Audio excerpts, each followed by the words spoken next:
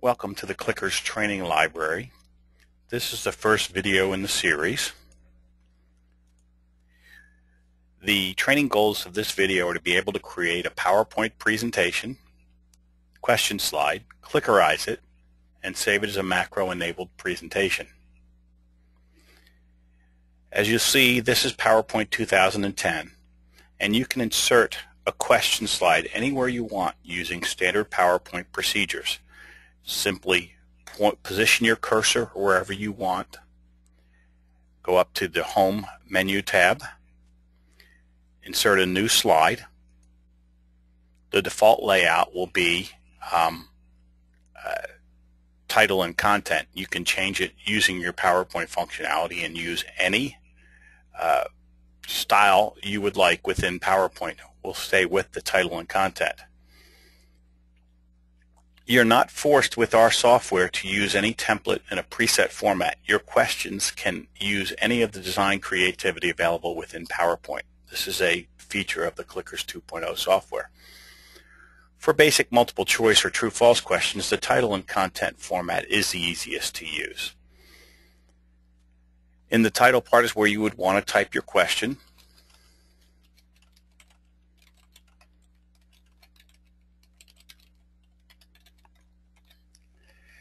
And in the content area is where you'd want to type your answers.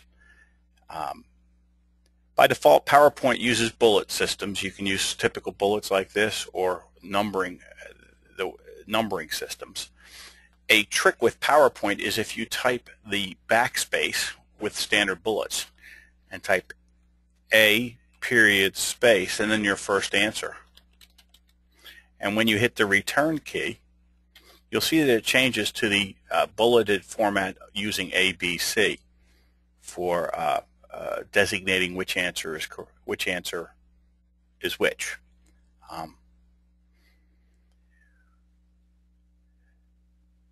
The KlickerZ remote allows up to 6 answers, A through F, so you can plan your answers accordingly.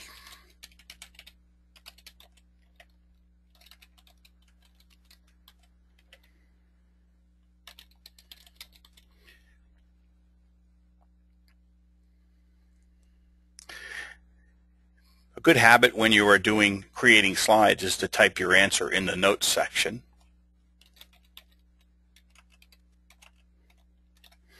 That way, if there's ever any doubt, you can have at least a key to go back to say this is what you were thinking at the time. After completing your answers, it is advisable to leave some room on the left side of the slide depending on your projector and how it displays. The way to do this is to click in the boxes that you want to move, and there's little sizing handles that allow you to size it however you want. Suggestion is to leave about a half inch on the side and move your answer a little bit for both your question and your answer.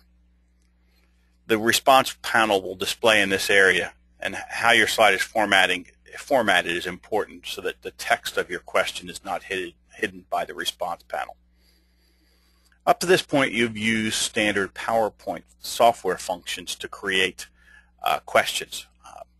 To add the KlickerZ interactivity to this slide, you need to use our software which embeds itself into PowerPoint. It's embedded in the PowerPoint menu. In PowerPoint 2007 and 2010, this is 2010, it is located in what's called the Dynamic Menu tab. And it's the tab, depending on which tab you click, changes the functions available in PowerPoint. Our software embeds under the add-in tabs and KlickerZ 2.0. In earlier versions of PowerPoint, it'll be in the option menu directly on the menu bar, right next to Tools. So things change in the world, and PowerPoint has changed also. In this case, add-ins. When you click on it, you'll see a panel on the left open that displays the KlickerZ 2.0 software. When you point to and click the KlickerZ 2.0, you'll show the menu of software options available. Since we are wanting to insert a button on a PowerPoint slide, you'll see 3 button functions down on the bottom here. Since this is a PowerPoint slide question, we want to select that button.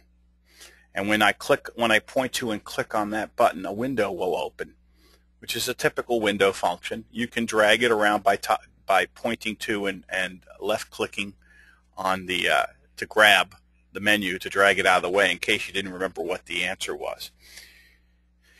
You have two choices of question types. You have multiple choice or true and false. By clicking the little radio button next to each choice changes the functions of how that slide displays. You'll notice in the upper,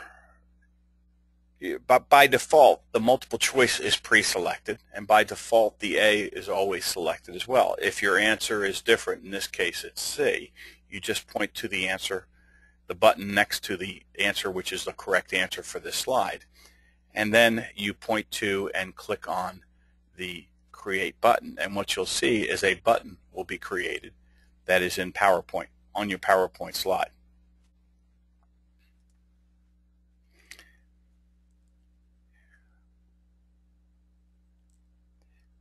Now this button can be moved anywhere you want on the slide. You'll see that when you click on it, it has the little sizing handles that means that it's selected. You can size it by grabbing any one of those handles however you want. By default, the button is automatically inserted at the same spot in PowerPoint. You can size it. You can select it to move it wherever you want, whatever's easiest for you in your slideshow to start the interaction. If you want to delete it, you just click it to select it and then hit the delete key. If you were unsure of your answer, you just delete it and re-clickerize it. PowerPoint slide question button, the answer is C, and create the button. Now this button is tied directly to this slide. If you ever want to copy a slide and replace the question and duplicate the question, it's important, like if I wanted to copy this slide and make a duplicate of the question for use later in the presentation, it's important that you not have the same button on the same slide. So you need to individually code each question separately, because when you create a button in PowerPoint, it creates a coding system that's unique to that slide. So you can't easily copy and paste slides without having to delete and re-clickerize that individual slide. Each slide should be clickerized individually. We'll just delete this extra slide.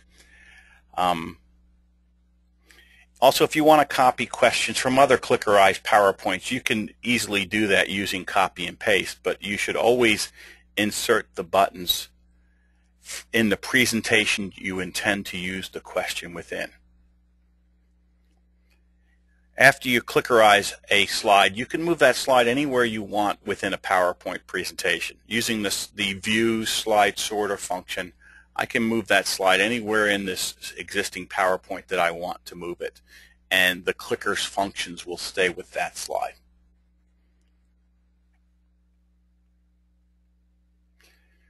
So there's different strategies to use the questions. Sometimes you might want to intersperse the questions within your PowerPoint presentation to keep people awake, or you might want to have questions at the end of the presentation. So you can very easily cut and move to the end of your presentation and then paste your slides, or drag and drop is the same as cut and paste. So you can move these slides anywhere you want in your PowerPoint presentation. So now we've clickerized a slide. What we want to do is to close this down to save it. And when we go to save this slide, what you will find is a box opens up. It's telling you that this slide has Visual Basic for Applications, VBA projects, and that if you save this file in this format, it will disable these functions. Do you want to save the file as a macro-free presentation? Clicker software uses macros to initiate the interactivity. If you click yes here, you will strip out the functionality of this button. You need to say no, and what will open is a dialog box prompting you that this is the save type, PowerPoint presentation, PPTX. You want to change this to a macro-enabled presentation within PowerPoint, a PPTM. This is a new function in PowerPoint 2007 and 2010. Or you can save it as a PowerPoint 97 2003 presentation, which doesn't differentiate whether it has macros or not. If you need backward compatibility for 2003, you should select the option PPT PowerPoint 97 2003. We will save this as a macro-enabled presentation. And the first time you do this with a presentation, it will always remember and save it in that format.